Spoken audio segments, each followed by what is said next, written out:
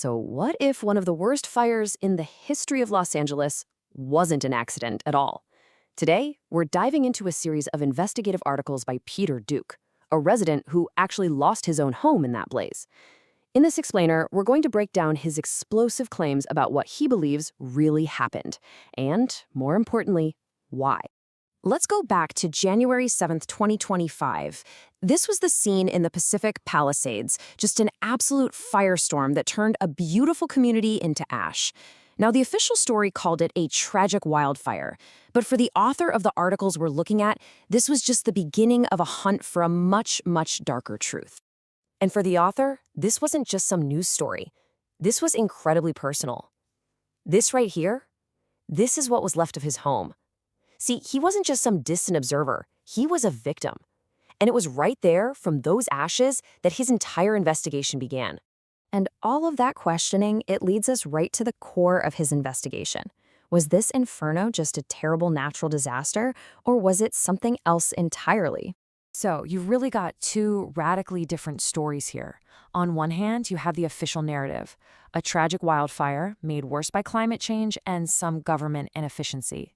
And then, on the other hand, you have the author's claim that this was deliberate arson. He calls it an act of tactical urban displacement, designed as a kind of hostile takeover. Okay, so to even start to understand the author's claim, we first need to look at a very specific piece of technology. It's called FireEye, and it's a project that was highlighted by the World Economic Forum. Now, on paper, its purpose seems great, right?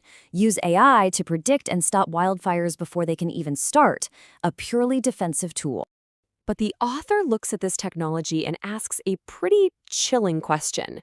Could a system that's designed to predict and prevent fires also be used to perfectly target and start them? He makes the case that this supposedly defensive tool could, in fact, be weaponized. But according to these articles, the fire, that was only step one. The real goal, he claims, was all about how the aftermath was managed in order to push a very specific agenda. The author argues that the whole event followed this classic playbook for public manipulation. You might have heard of it, the Hegelian dialectic. It's simple. First, you create the problem, in this case, the fire. Then you wait for the public reaction of fear, and you guide that fear to blame, say, ineffective local government. And finally, you swoop in with your pre-planned solution, centralized control.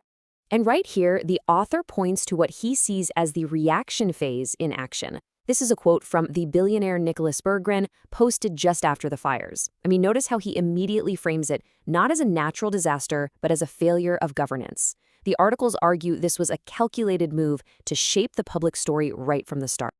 And then, here comes the so-called pre-planned solution. The author highlights this quote from Steve Soboroff, the man who was appointed to lead the recovery. The key phrase here is materials dated 2030. The argument is that this proves it was never about just restoring what was lost, but about forcing through a futuristic vision that was already sitting on a shelf, ready to go. So, okay, if this was a plan, then who was behind it? The articles point the finger at a network of powerful people and families, a group the author has nicknamed the California Mafia. The articles actually try to map out this alleged network. It claims to show these deep connections between California's biggest political dynasties. We're talking the Newsoms, the Pelosi's, the Browns, and these incredibly powerful families like the Gettys, with that same billionaire Nicholas Berggren sitting right at the center of it all. Now, check this out. The author points to this map as a really crucial piece of evidence. What it shows are two enormous Getty properties, the villa and the museum, and they perfectly bookend the burn zone, yet both were left completely untouched. The claim being made is that this wasn't just luck, it was targeted, selective destruction. And here are the alleged roles of the key players in this network, according to the source. You have Berggren as the financier, Newsom as the political enabler, former Governor Jerry Brown as the strategic architect. And remember Steve Soboroff? He's the man who was appointed to execute the whole plan on the ground. But according to these articles, the fire and the land grab, that was just the beginning. The author argues that they were really just a means to a much larger digital endgame that's being tested out in California. So what is this endgame? Well, at the heart of it is something called the California Trust Framework. The source material describes this as way more than just a digital ID. It's a system where your access to basic services, think employment, finance, even government aid, could all be determined by an AI-driven compliance score. And that digital identity would allegedly be secured using something called soul-bound tokens. Now, unlike something like Bitcoin, these can't be sold or transferred.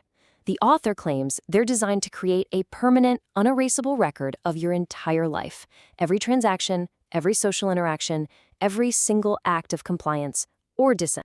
This chart really helps visualize the alleged scope of that control. I mean, the system, as the source describes it, would touch pretty much every part of your daily life, your money, your social mobility, and your basic access to services. All of it, governed by this new digital framework. The final claim in this whole investigation is maybe the most shocking one of all, that none of this was improvised. The author argues it was the end result of a decade of very meticulous planning. And this is what's presented as the smoking gun, a 2012 report from Nicholas Berggrun's Think Long Committee called A Blueprints to Renew California. The author alleges that this document, written over a decade ago, laid out the entire strategy for centralizing power and reshaping the state long before any fires ever started. So this whole thing culminates in what the author calls the 5-step playbook. It starts with target selection. Then, battlefield prep, which means undermining emergency services. Third is the trigger, simple, low-tech arson. Fourth, you deploy the narrative, blaming it all on climate change. And finally, land acquisition, where you buy up all the devalued land. You know, the articles also make a really interesting point about counterintelligence. They argue that some of the more exotic theories that you see floating around online, things like space-based directed energy weapons, are actually useful distractions. They allegedly draw attention away from the simpler methods and, more importantly, from the powerful people who might actually benefit. So when you lay it all out on a timeline like this, the author's argument becomes pretty clear. The supposed plan was published way back in 2012, the technology was promoted in 2023, the crisis hits on January 7, 2025, and just 3 days later, a key figure from the Berggruen Institute is put in charge of the whole rebuild. The source material really does present a complex and, frankly, disturbing picture, connecting a devastating fire to a long-term plan for technocratic control over California. And so it leaves all of us with this final critical question to think about. When a crisis strikes and whole communities are turned to ash, who really stands to benefit from what gets built in their place?